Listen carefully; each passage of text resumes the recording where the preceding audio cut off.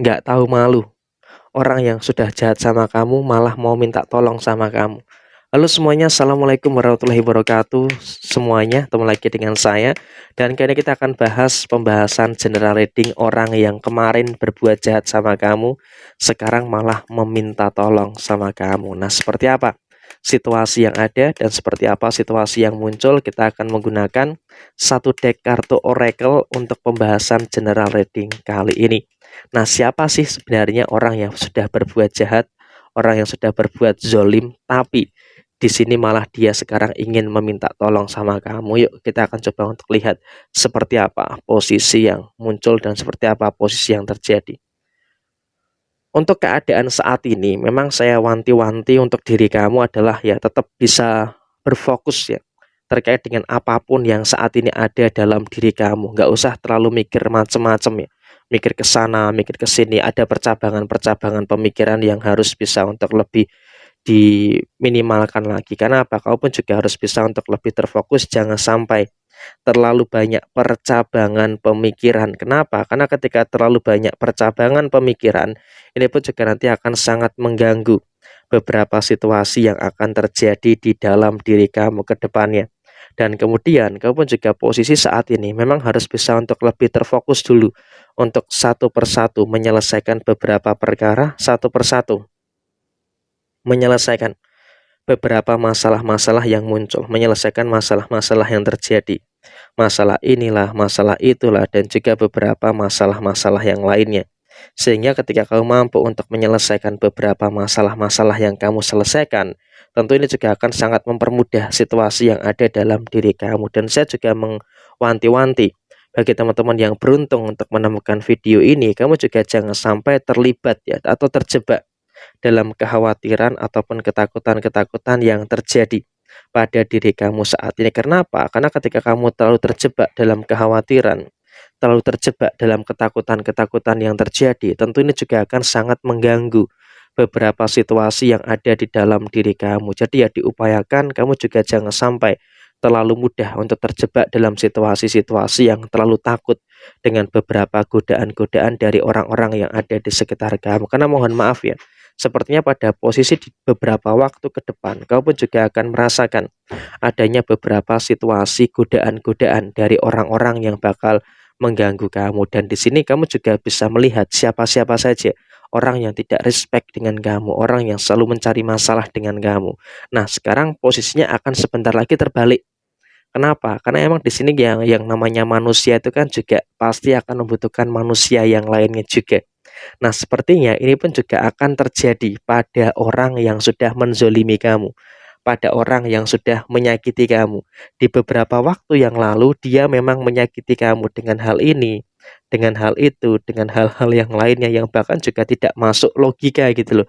Kok setega itu dia melakukan perbuatan-perbuatan yang dia lakukan kepada diri kamu? Betapa jahatnya dia, betapa luar biasanya situasi kejahatan yang dia lakukan kepada diri kamu. Tetapi di dalam waktu dekat ini kamu akan melihat dengan mata kepala kamu sendiri.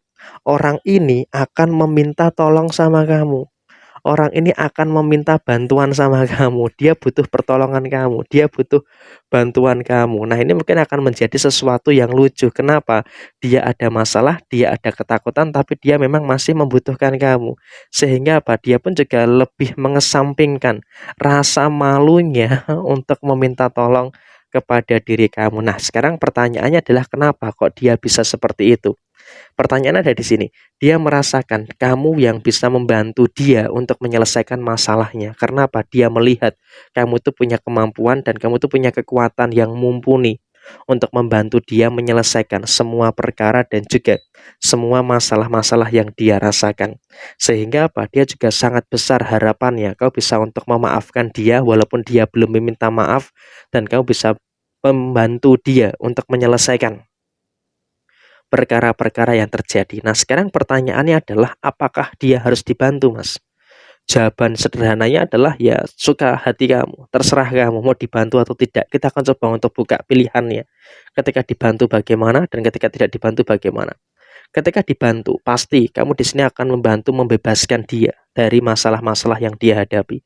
Dan dia juga nanti akan mampu untuk memperbaiki relasi dengan kamu.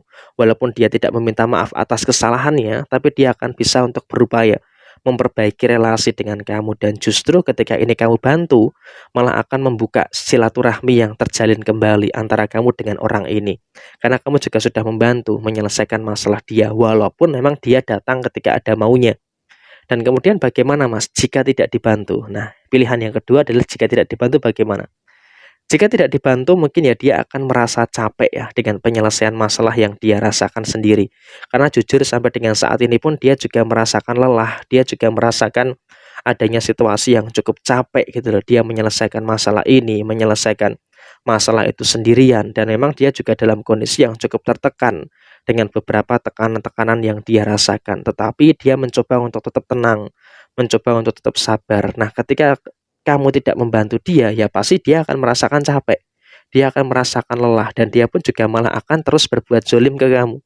Dia akan terus berbuat jahat ke kamu. Kenapa? Orang ini emang juga orang yang cukup aneh gitu loh. Datang ketika ada maunya dan ketika tidak ditolong dia malah akan menzolimi dan juga menyakiti kamu. Nah, sekarang pilihan ada di tangan kamu.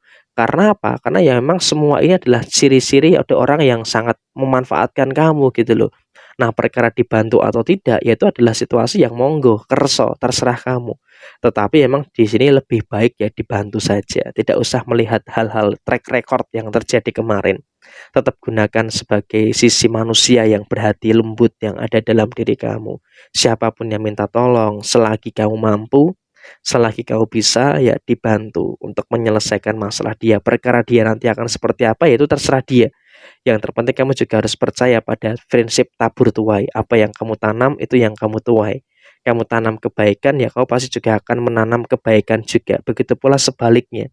Jadi ya diupayakan tetap bisa berbuat baik walaupun dengan segala keterbatasan dan juga dengan segala kondisi yang ada. Tetapi memang resiko terbesarnya adalah ya kamu pasti akan disakiti kembali.